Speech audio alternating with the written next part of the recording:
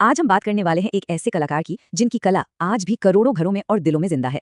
नाम है राजा रवि वर्मा। जरा एक पल के लिए सोचिए, जब हम देवी लक्ष्मी का नाम लेते हैं तो मन में कौन सी तस्वीर आती है? कमल पर बैठी सोने के सिक्के बरसाती एक खूबसूरत देवी की, है ना? या फिर जब देवी सरस्वती की बात होती है तो हाथ में वीणा लिए सफेद कपड़ों में एक शांत और सौम्य देवी की छवि उभरती है। आपको शायद यकीन ना हो, लेकिन इन सभी दिव्य छवियों के पीछे ज्यादातर एक ही कलाकार का हाथ है। एक ऐसा कलाकार जिसने हमारे ईश्वर को वो चेहरा दिया जिसे आज पूरा भारत पहचानता है, और उनका नाम था राजा रवि वर्मा। तो चलिए कहानी की शुरुआत से शुरू करते हैं, समझते हैं कि वो कौन थे और एक कलाकार के तौर पर उनका सफर इतना अनोखा क्यों था। रवि वर्मा का जन्म हुआ था अप्रैल 1848 में केरल के किलमनूर में। उनका ताल्लुक त्रावणकोर के शाही परिवार से था, तो जाहिर है उन्हें बचपन से ही राज दरबार में कला और बड़े बड़े कलाकारों के बीच उठने बैठने का मौका मिला। और कहते हैं कि हुनर तो उनमें बचपन से ही था। वो कोयले के टुकड़ों से दीवारों पर ऐसी तस्वीरें बना देते थे कि देखने वाले हैरान रह जाते थे। लेकिन यहाँ कहानी में एक दिलचस्प मोड़ आता है। दरबार में एक डच पेंटर थे, थियोडोर जेन्सेन। रवि वर्मा उनसे सीखना चाहते थे, पर जेन्सेन ने उन्हें सिखाने से साफ मना कर दिया। अब कोई और होता तो शायद हार मान लेता, पर रवि वर्मा ने ऐसा नहीं किया। वो बस छिपकर जेन्सेन को काम करते हुए देखते रहे, और सिर्फ देख कर ही उन्होंने यूरोपियन ऑयल पेंटिंग की मुश्किल तकनीकें सीख ली। सोचिए कितना जुनून और कितनी जबरदस्त प्रतिभा रही होगी। और हाँ, एक मजेदार किस्सा सुनिए। उनके नाम के आगे जो राजा शब्द जुड़ा है वो असल में कोई शाही पदवी नहीं थी। हुआ ये कि उन्हें काइसरे हिंद अवार्ड मिला और उसके सर्टिफिकेट पर गलती से क्लर्क ने राजा रवि वर्मा लिख दिया। खैर, उन्हें ये गलती इतनी पसंद आई कि उन्होंने इसे हमेशा के लिए अपने नाम का हिस्सा बना लिया। तो चलिए अब उनके करियर के उस दौर में चलते हैं जिसने सब कुछ बदल दिया। ये वो दौर था जब उन्होंने कला को सिर्फ महलों की दीवारों से निकालकर हर आम इंसान के घर तक पहुंचाने का फैसला किया। देखिए, रवि वर्मा से पहले जो भारतीय कला थी वो खूबसूरत तो थी, पर उसमें असल जिंदगी वाली बात नहीं थी। देवी देवताओं के चित्र सपाट यानी 2D लगते थे। रवि वर्मा ने एक क्रांति ला दी। उन्होंने यूरोप की रियलिज्म वाली टेक्निक, मतलब लाइट और शैडो का इस्तेमाल करके तस्वीरों को 3D और जिंदा दिखाने की कला को हमारी पौराणिक कहानियों के साथ मिला दिया। उन्होंने पूरब और पश्चिम की कला के बीच एक ऐसा पुल बनाया जिसने भारतीय आर्ट को हमेशा के लिए बदल दिया। अब इस बड़े सपने को सच करने के लिए उन्हें एक टेक्नोलॉजी का साथ मिला। इसका नाम था लिथोग्राफी। आप इसे आसान भाषा में 19वीं सदी की एक हाई क्वालिटी फोटोकॉपी मशीन समझ सकते हैं। इस तकनीक से वो अपनी एक पेंटिंग की हजारों लाखों कॉपी बना सकते थे।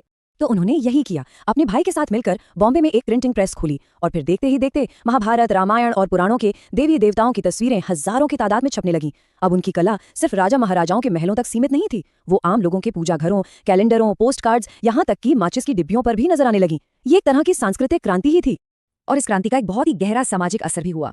सोचिए, वो एक ऐसा दौर था जब जाति पाति की वजह से समाज के बहुत से लोगों को मंदिरों में जाने की इजाजत नहीं थी। रवि वर्मा की इन तस्वीरों ने उन लोगों को अपने ही घर में भगवान की छवि रखने और उनकी पूजा करने का हक दिया। ये कला का और भक्ति का सही मायनों में लोकतंत्रीकरण था। लेकिन जैसा कि अक्सर होता है, जब कोई कलाकार पुरानी रीतियों को चुनौती देता है तो विवाद तो होता ही है। तो अब देखते हैं कि उनके इस क्रांतिकारी काम पर लोगों ने कैसी कैसी आपत्तियां जताई। उनके खिलाफ कई तरह की बातें होने लगी। कुछ आलोचकों ने कहा कि उन्होंने देवी देवताओं का एक चेहरा तय करके लोगों की कल्पना को सीमित कर दिया है। कई लोगों को इस बात से दिक्कत थी कि उन्होंने भगवान को बहुत ज्यादा इंसानी बना दिया है, जिससे उनका दिव्य रूप कहीं खो गया है। कुछ तो ये भी कहते थे कि वो इतने पॉपुलर अपनी कला की वजह से नहीं, बल्कि धार्मिक थीम चुनने की वजह से हुए। पर जो सबसे बड़ा आरोप उन पर लगा वो ये था कि उन्होंने देवियों और अप्सराओं को बहुत कामुक तरीके से दिखाया है। खास तौर पर अप्सरा उर्वशी और मेनका जैसी पौराणिक किरदारों पर बनी उनकी पेंटिंग्स ने समाज के एक हिस्से में बहुत ज्यादा नाराजगी पैदा कर दी, क्योंकि उनमें नग्नता दिखाई गई थी।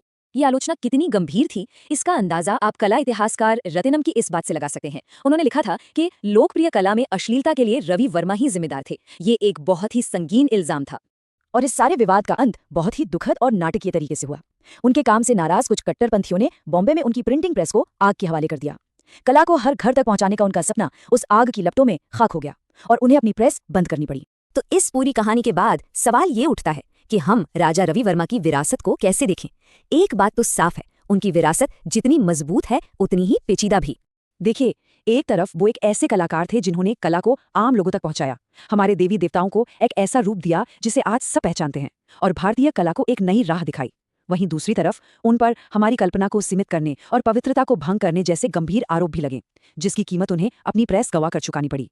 लेकिन एक बात तो पत्थर की लकीर है, चाहे कोई उन्हें पसंद करे या उनकी आलोचना करे, इस बात से कोई इनकार नहीं कर सकता कि राजा रवि वर्मा ने भारतीय कला के कैनवस को हमेशा हमेशा के लिए बदल दिया।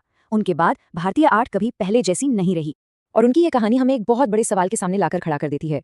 एक कलाकार का असली काम क्या है? क्या उसे बस वही दिखाना चाहिए जो लोग पहले से सोचते हैं, या फिर उसे अपनी सोच से, अपनी कला से उस कल्पना को